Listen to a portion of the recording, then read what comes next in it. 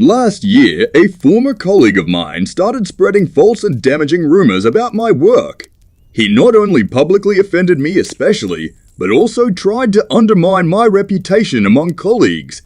I decided not to stand aside and developed a plan for revenge. I started by looking for evidence of his misbehavior and his own violations in the work environment.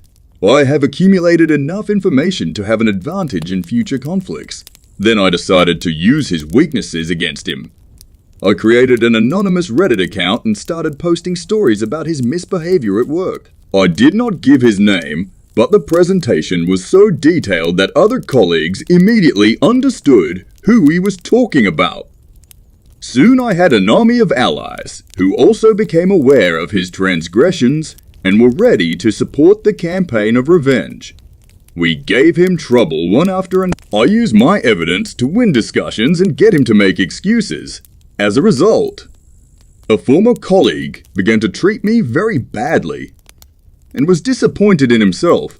He was forced to leave the company because his reputation had become so damaged that it led to problems in his professional career. While revenge isn't always the best solution, in this case it helped me protect my reputation and lead to justice. Moreover, this story shows that normal people sometimes take extreme measures to protect their interests. Hello! My revenge story began 3 years ago, when a former work colleague of mine committed what I considered a betrayal. He stole my idea and registered it in his name. I was annoyed and determined to take revenge.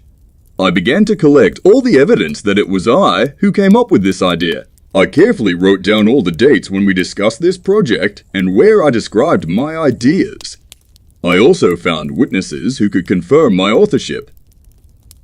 When I gathered enough evidence, I presented it to a former colleague and manager of our department. They were shocked by my evidence and realized that my former colleague had committed intellectual property theft. The result was impressive. My former colleague was fired from his post, and his registration of the idea was cancelled. I also received compensation for the damage he caused to my reputation and career.